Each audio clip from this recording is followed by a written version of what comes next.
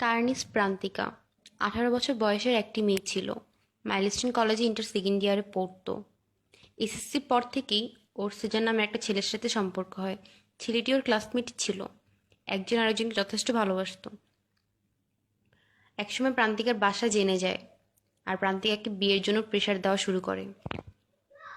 বিয়ের প্রেশার যখন অত্যধিক, তখন প্রান্তিকা সিজানের সাথে পালিয়ে যাওয়ার ডিসিশন নেয় আর সিজানের সাথে পালিয়ে যায়।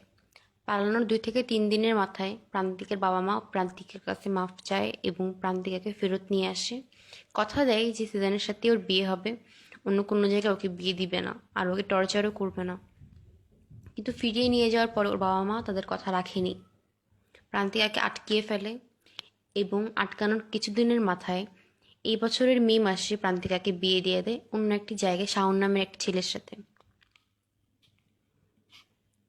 বিয়ের পর প্রান্তিকের মা প্রান্তিকাকে ফোর্স করত ও স্বামীর সাথে শারীরিক সম্পর্ক করার জন্য, কিন্তু প্রান্তিকা নিজেকে অনেক কষ্টে বাঁচিয়ে রেখেছিল। বিয়ের 22 দিন পর প্রান্তিকা সিজনের সাথে আবার পালিয়ে যায়। দুর্ভাগ্যবশত তখন সিজান আর প্রান্তিকা বিয়ে করতে পারেনি, কিন্তু কেসটা কোর্টে গিয়েছিল। প্রান্তিকার বাবা মাকে বলা হয়েছিল প্রান্তিকাকে জোর করে বিয়ে দেওয়া হয়েছে সেটা ডিভোর্স করাতে, এবং বলা হয়েছিল যেন প্রান্তিকার উপর কোনো রকমের টর্চার না করা হয় এবং সময় মতো সিজানের কাছে যেন ফেরত পাঠিয়ে দেওয়া হয়। প্রান্তিকের বাবা মা সে শর্তে রাজি হয়ে প্রান্তিকাকে বাসায় নিয়ে যায়, কিন্তু বাসায় নিয়ে যাওয়ার পরেও প্রান্তিকাকে তার শান্তি দেয়নি। প্রান্তিকার উপর নানান রকম মানসিক ও শারীরিক অত্যাচার করত।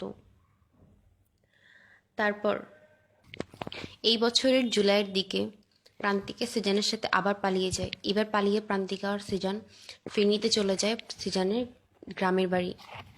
সেখানে যেয়ে প্রান্তিকা আর সিজান বিয়ে করে এবং খুব সুখে সংসারই কাটাচ্ছিল তারা। প্রায় 1.5 থেকে 2 মাস ওরা সংসার করে এবং প্রান্তিকা যখন মনে হয় যে ও আবার পড়াশোনা শুরু করবে, তখন প্রান্তিকা ডিসিশন নেয় ও মাইলস্টোন কলেজে এসে টিসি নিয়ে ফেনীতে ওর ইন্টারটা কমপ্লিট করবে। এতদিন ওর বাবা মা ওকে অনেকবার ফেরত নেওয়ার চেষ্টা করেছিল, কিন্তু ব্যর্থ ছিল। অবশেষে প্রান্তিকা ঢাকা আসলো টিসি নেওয়ার জন্যে, কিন্তু সেই সময় দুর্ভাগ্যবশত ওর কলেজ থেকে ওর বাসায় জানানো হয় যে ও এসেছে টিসি নিতে, আর ওর বাসা থেকে ওর বাবা মা এসে ওকে জোর করে নিয়ে যায়। নিয়ে যাওয়ার পরে অনেক দিন কারোর সাথে কোনো যোগাযোগ ছিল না। প্রান্তিকাকে ঘুমের ওষুধ দিয়ে ইঞ্জেকশন দিয়ে ওকে ঘুম পাড়িয়ে রাখা হতো, কারোর সাথে যোগাযোগ করতে দেওয়া হতো না। এমনকি ওর এক ঘরে বন্দি করে রাখা হতো। সময় মতো ঠিক মতো খাবারও দেওয়া হতো না। আর অনেক বাজেভাবে মানসিক ও শারীরিক অত্যাচার করা হতো ওর উপর। কোনোভাবেই ওইসব থেকে উঠে আসতে পারছিল না।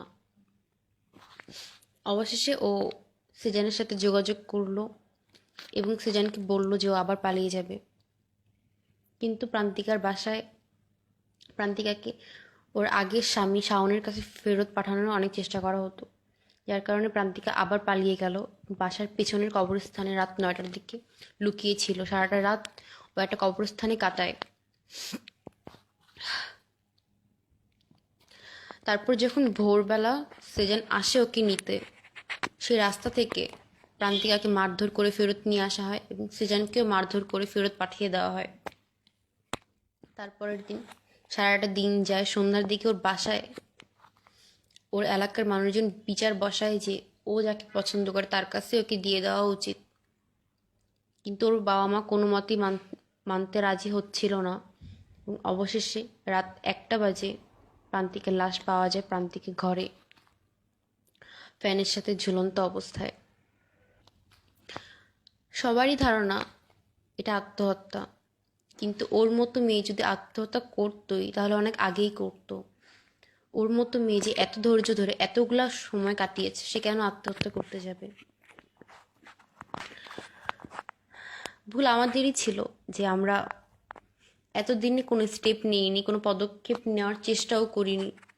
আমরা জানতামও না ও কোন অবস্থায় আছে বা ওর কতটা কষ্ট হচ্ছে। তখন যদি আমরা জানতাম তাহলে আজকে হয়তো ও বেঁচে থাকতো। কিন্তু এখন যখন আমরা জানি সব কিছু, এখন আমরা চাই ওর জাস্টিস হোক।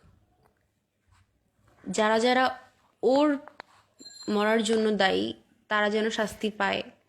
ওর বাবা মা, ওর ভাই, ওর আত্মীয় স্বজন সবাইকে যেন শাস্তি পেতে হয়। ও মারা যাওয়ার পরে ওর আপন ভাই আর আপন চাচা পলাতক কেন?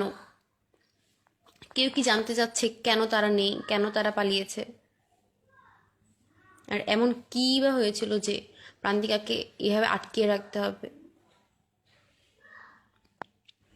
কেন ওর বাবা মা এই কাজগুলো করতো?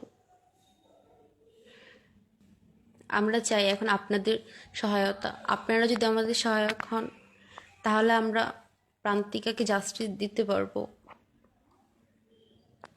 আর সবাই দোয়া করবেন ওর আত্মা যেন শান্তি পায়, আল্লাহ যেন ওকে বেহেশত নসিব করে। আমিন।